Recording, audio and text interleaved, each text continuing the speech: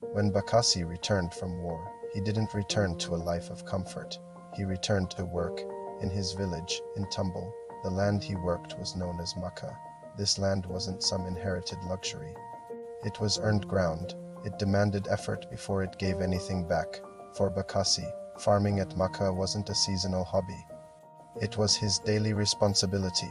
The land didn't care about his war memories or his survival stories. If you failed to show up, hunger was sure to follow. So Bakassi showed up. Every single morning, he went to Maka knowing that food doesn't arrive by prayer alone.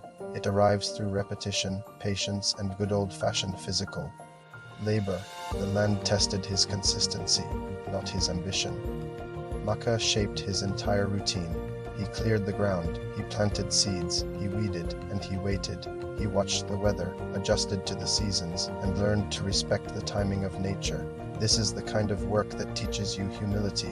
You can do everything right, and still, the rain might not come. You learn that your control is limited, but your responsibility remains absolute. From Maka came the food for his household. From Maka came stability. And from Maka came the quiet confidence of a man who knew his family would eat.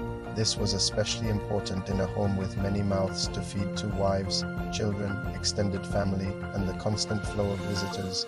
In African life, you don't just count food for those who live under your roof. Farming was Bakassi's answer to life's uncertainty.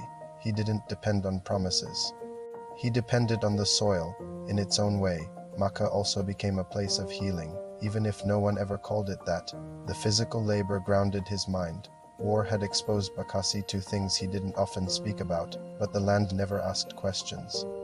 It simply accepted his effort and returned a sense of order to his world.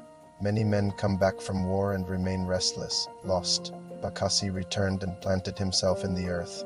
Maka became the living proof that a life could be rebuilt, slowly but surely, row by row, season by season.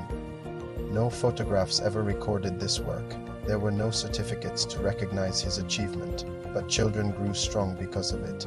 The land remembers the hands that respected it, and families remember the land that fed them. Maka wasn't just a farm. It was assurance. It was a promise kept. Sometimes the greatest legacies don't start with fame or fortune. They begin with a simple hoe and a whole lot of patience. Thanks for watching. If this story resonated with you, please consider subscribing for more content like this.